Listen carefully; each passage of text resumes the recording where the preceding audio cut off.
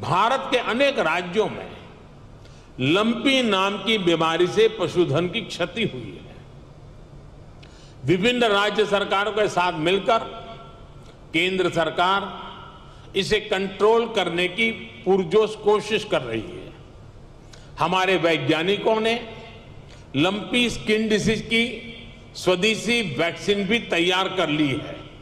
तो सुना आपने, प्रधानमंत्री नरेंद्र मोदी ने अनाउंस कर दिया है कि देश ने स्वदेशी वैक्सीन लंपी वायरस के लिए बनाकर तैयार कर ली है। आपने देखा होगा, जैसे ही नाम्बिया से चीते भारत पहुंचे, एक नया ट्रेंड प्रधानमंत्री नरेंद्र मोदी के जन्मदिन पर बनाने की कोशिश की गई और लगातार 3 दिन से उस ट्रेंड को बुनाया जा रहा है। पीएम मोदी के विरोधी इस ट्रेंड को लगातार हवा दे रहे हैं और वो ये दावा कर रहे हैं कि प्रधानमंत्री नरेंद्र मोदी वोट तो गायों के नाम पर लेते हैं, लेकिन काम जो है वो चीतों के लिए करते हैं। और लगातार यह भी कहा जा रहा है कि अगर गायों का भी वोट बैंक होता तो गायों के लिए भी वैक्सीन बनती।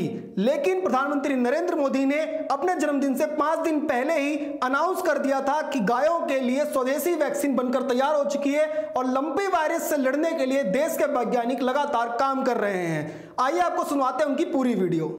साथियों, एक और बड़ा संकट पशुओं को होने वाली बीमारियों का है। पशु जब बीमार होता है तो एक किसान के जीवन को प्रभावित करता है, उसकी आय को प्रभावित करता है। ये पशुओं की क्षमता, उसके दूध और इससे जुड़े दूसरे उत्पादों की क्वालिटी पर भी असर डालता है। इसलिए भारत में हम पशुओं के यूनिवर्सल वैक्सीनेशन पर भी बल दे रहे हैं।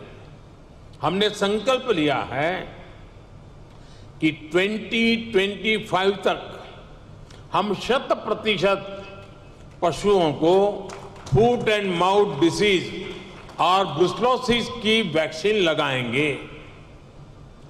हम इस दशक के अंत तक इन बीमारियों से पूरी तरह से मुक्ति का लक्ष्य लेकर चल रहे हैं।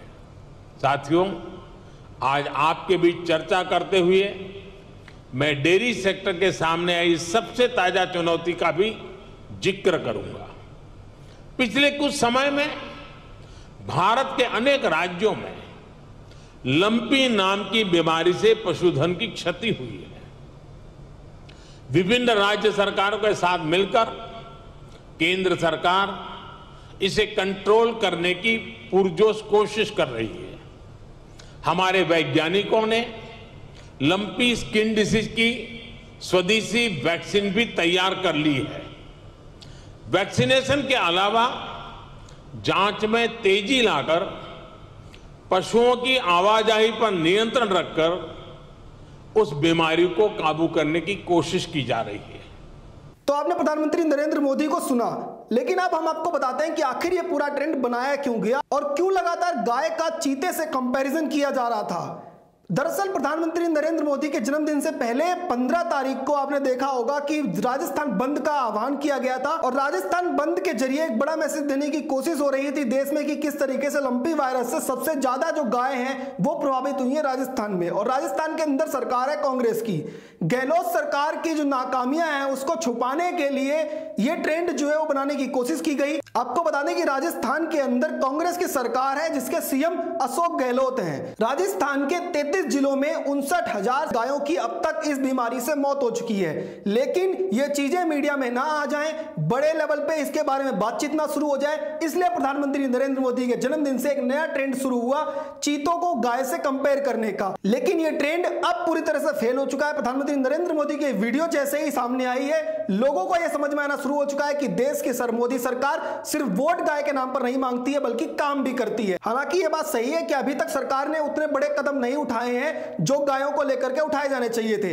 लगातार सरकार का लेकिन यह दावा है कि वो इस पे काम कर रही है और जल्द ही गायों के लिए पूरे देश में ये वैक्सीन जो है इसकी सप्लाई शुरू होगी। आप तब तक के लिए देखते रहिए ओ न्यूज़ हिंदी। धन्यवाद। जय हिंद।